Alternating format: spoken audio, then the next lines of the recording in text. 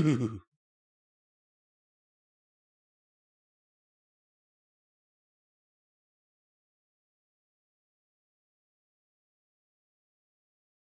hello and welcome back to another Pony&Wolf Productions video. My name is Visual Pony and today we are reading the story Always and Forever by TMNTBrony. And it seems an Apple Bloom and Applejack story, which, you know, I like both, though, and that is a very unpopular opinion, my favorite of the main six is actually Applejack.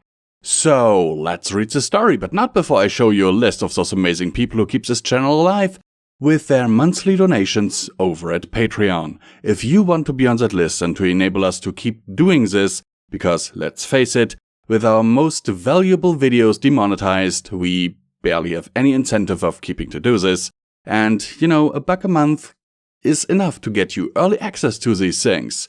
This, for example, is recorded on the 19th of March, 2023. So, yeah, and also there are a lot of All Equestria stuffs over there, and we are actually thinking of not uploading them here anymore, simply because of YouTube's new rules. Now let's get into the meat of the story, because I am certain that I am annoying you right now. Hey Applejack, can I ask you something? The orange pony tilted up her head to glance over at her little sister. They had just finished the last of their chores by picking apples in the orchard. The pair of sisters decided to relax, sitting or lying in Applejack's case, under a tree that gave them a great view of the orchard as the sun was beginning to touch the treetops in the west. There was still plenty of time to take a short nap before going back to get supper started, Applejack thought when she lay down against the tree. Now Apple Bloom was preventing that, but she didn't really mind since she always had time for her. Shoot, Sugar Cube, what is it? I wanted to ask you about the future. Applejack cocked an eyebrow. What a strange question, she thought. Plus, it was really vague. The future? Yeah, will we always be like this? Her crimson-maned sister asked. Applejack continued to be perplexed by Apple Bloom's questions. Like this? I mean, like we are now. Again, the question seemed vague, but Applejack's eyes fell on her sister's bare, yellow flank. She put two and two together and assumed this was another of those "when is my cutie mark gonna come" questions. With her younger sister's back to her, she rolled her eyes and let out a very quiet sigh. Apple Bloom, I know it's hard, but like I keep telling you, your cutie mark's gonna take time. She was cut off. That's not what I'm talking about. Applejack was surprised. Okay, what were you getting at? I mean, will we always be sisters? Being this close? The older sister looked at the filly with a confused expression. What are you talking about? Well, I mean, time keeps moving and changing. Like, I'm getting older, and I wonder about you and Big Mac getting older. The two of you are at the age where you might find some special sun pony and settle down. Applejack blushed and scratched the back of her head with a hoof. She was never really the type to settle down or even consider the idea of finding some stallion to get hitched to.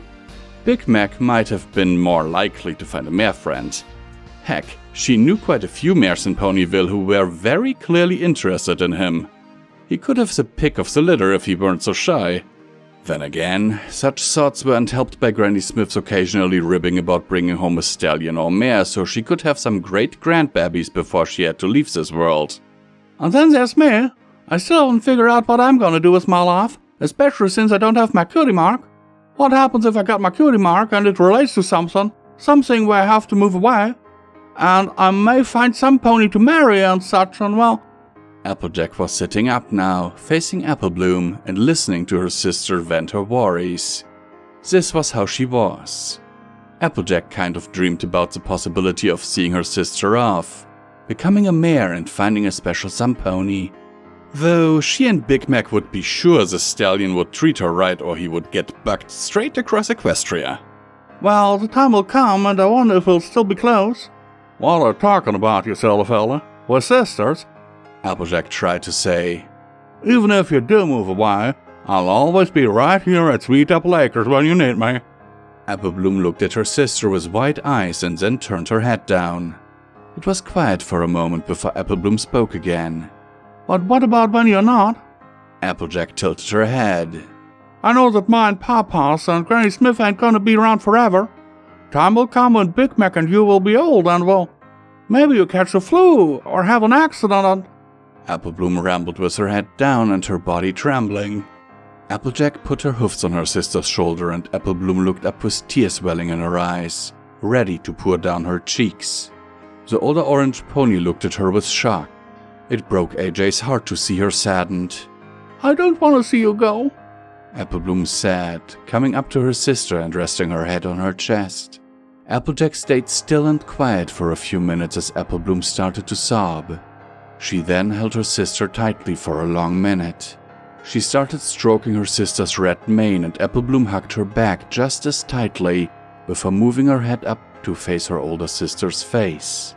To her surprise, Applejack was smiling, a soft, knowing smile with her freckled cheeks subtly dimpling. You silly fella. Always gotten so worked up over the small things, Applejack said softly as she ruffled her sister's hair. You ain't gonna lose me, and I'm gonna tell you why. Do you remember anything about Ma and Pa? Apple Bloom thought about their parents and two memories came to mind. I remember Ma singing a lullaby to me, and I remember Daddy making funny faces to get me to laugh and him teaching him to Big Mac. The little yellow filly let out a giggle. So they're not gone. Apple Bloom stopped laughing and looked at Applejack confused. What did she mean by that? You're right. Things will change. The world will keep moving, and time will move along. Ponies will come and ponies will go, but they're not really gone. As long as we remember them, they continue to live, Applejack explained. Granny Smith, Big Macintosh, and me will still be with you. If you go to start a farm somewhere else, even if you go to some big city like Manhattan or Philadelphia to make it big as some kind of show pony, I'll be with you in here. Saying this, Applejack pressed her hoof to her little sister's chest, meaning her heart. As long as you remember me, I'll always be your big sister. Always and forever. Applejack comforted, nuzzling her head against her little sister, who nuzzled back. The red-headed filly hugged her sister as Applejack lay back against the tree. Apple Bloom rested on top of her big sister, still hugging her and crying, but this time tears of happiness and comfort. AJ smiled and stroked her little sister's mane. She then started softly to sing. We're apples forever, apples together, a family but so much more. No matter what comes, we will face the weather. We're apples to the core.